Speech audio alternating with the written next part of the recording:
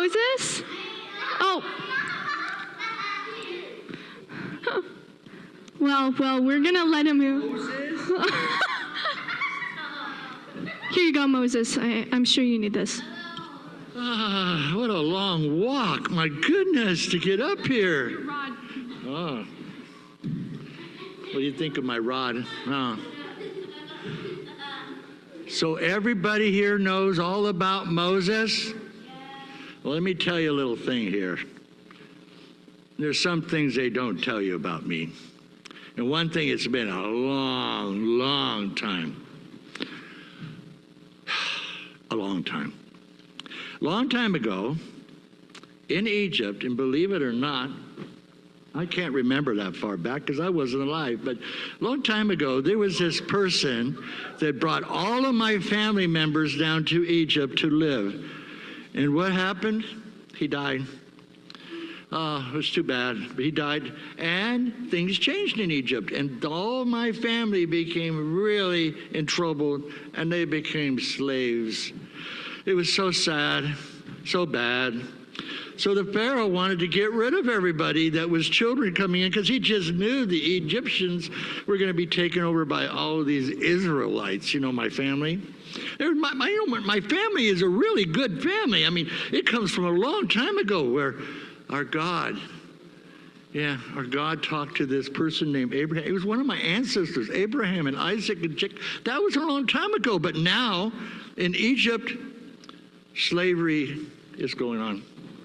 So my mom didn't want me to be killed because they were throwing our babies all into the river and they were killing them. And I think there was crocodiles in that river. I'm almost sure there was alligators, crocodiles. You know what river I'm talking about? The Nile. The Nile in Egypt. Well, my mom, she was such a sweet person. She made this little basket. It was so sweet. I didn't see it because I wasn't around yet. But she put me in it and shoved me out into the water. Can you imagine your mother putting you in a basket and throwing you in the ocean and stand by and watch you float off into the waves? Well, that was my mom. Well, my sister, they watched and they saw me go up the river. And guess who found me? This nice woman. This woman who became my new mother eventually, the Pharaoh's daughter.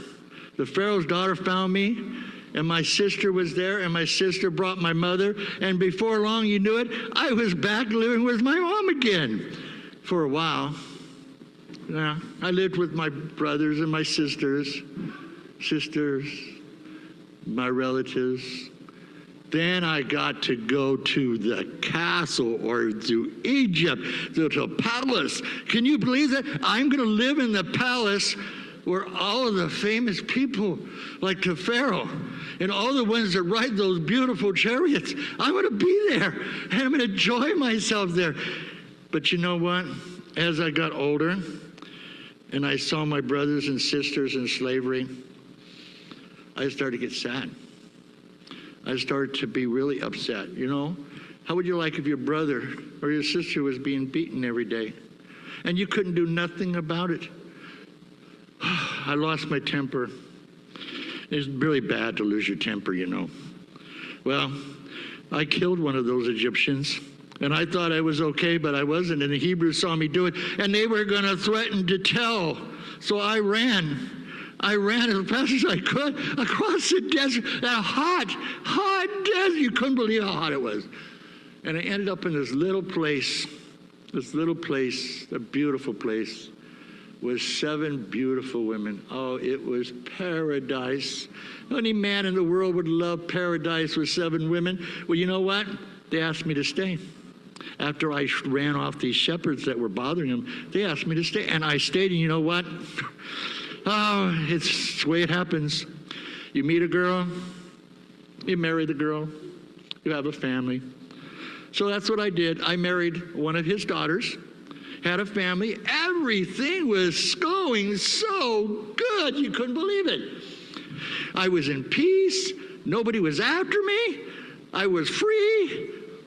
And you know what? I'm here on the mountain.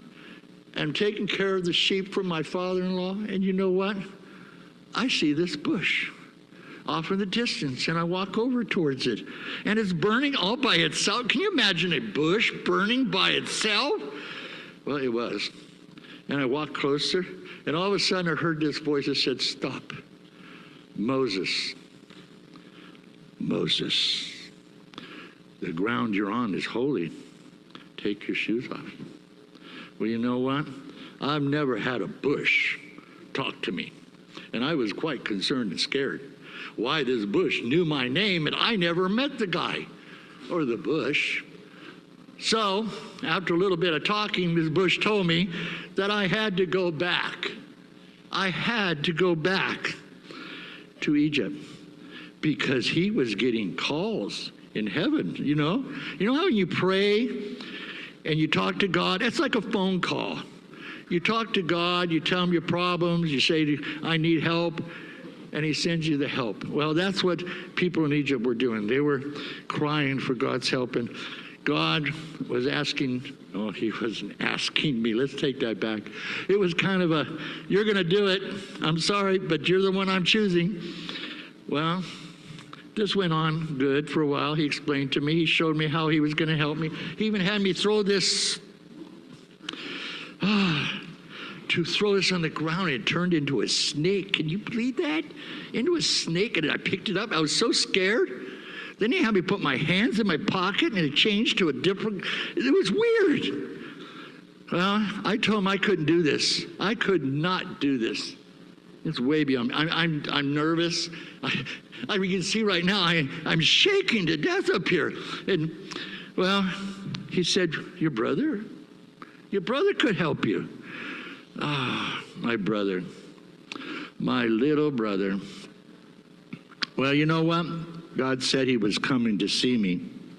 And after God showed me all of these signs that I need to know he's real, I did finally meet with my brother. And my brother and I discussed this so-called arrangement that God had given me. And we decided to go back to Egypt. Because God said that the people that were there, that were after me, were gone. So I had nothing to worry about. I just go back, tell the people, you know what? God sent me to you. Do you know how that's going to go over? I told God, how are they going to know that I am the real thing? You know, anybody can come up and says, well, God told you to do this. Are you going to believe him? You got to have some backing, you know. And that's why God showed me all those signs, so I could show it to my people that God was really there. Well, the other hard part was, how are you going to get all of those people out of Egypt? I'm sure that the Pharaoh is not going to say, hey, you can take off and come back in a couple of days. Who's going to be making my bricks, and who's going to be making my pyramids, and who's going to be doing all my cooking and everything? I don't want to do that, they say. So the Pharaoh refused. God had to use several methods. He used what they call plagues. You know what plagues are? Anybody know what plagues are? What's a plague? Nobody knows a plague? A plague is something... A what? I can't hear you. My hearing is going out. It's been a long time. Where? Who? A plague is something really bad. Imagine you go home and you went in your bed and you found a bunch of frogs living in bed with you. Ooh. Or what happened if you got up in the morning and you saw blood pouring out of your faucet for a drink? Ooh. Or you get up and all of this stuff in the air, you don't know what it is, and flies. Terrible stuff. Well, the Pharaoh was prompted all of these things by our God up in heaven. Our wonderful God, the God who loves us and takes care of us. But he's surely not paying good to these Egyptians, because you know why? Because the Egyptians won't let his people go. Well, this went on for a while, and went on for a really long while. People were getting upset. The Pharaoh was taking away straw. Everything was looking bad, and it got down to quite a few plagues, I would say, till there was one really bad plague.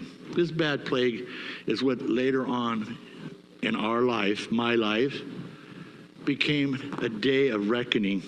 a day that the world would know for the rest of the world, a day when people would die. What is it? The firstborn. Yes, that's right. I said the firstborn. Did I not say the firstborn? The firstborn of all the families would die, except the Jews. And they did that by putting this blood over the doorway. Can you imagine putting blood on your doorway?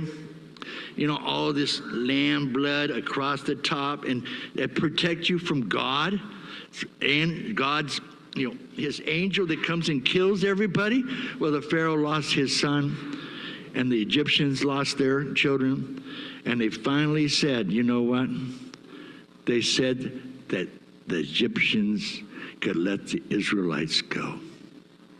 You know, that was a great time. So the Jews, Israelites, got stuff together. They got everything together.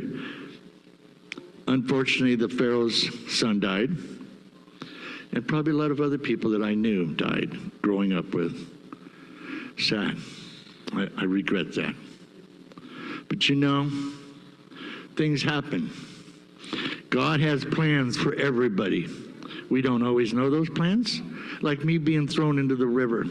I would have never imagined that me, a little Israelite boy, thrown into the river to die, would ever be used by our God to bring his people out of slavery. Well, what makes this day so special? Why am I standing up here?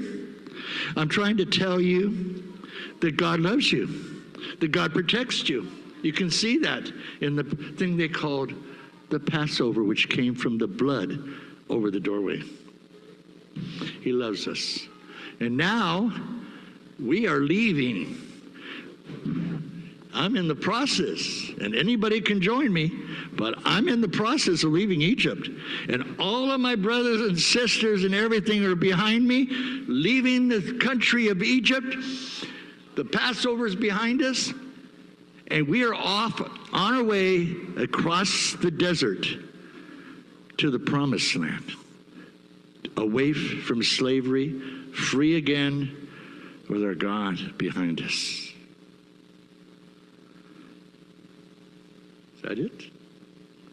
How you want me to end this? You want me to go across the Red Sea too? All right. We are leaving Egypt. Who wants to take over? I don't know how to get out of this, you guys. Annie? Annie, how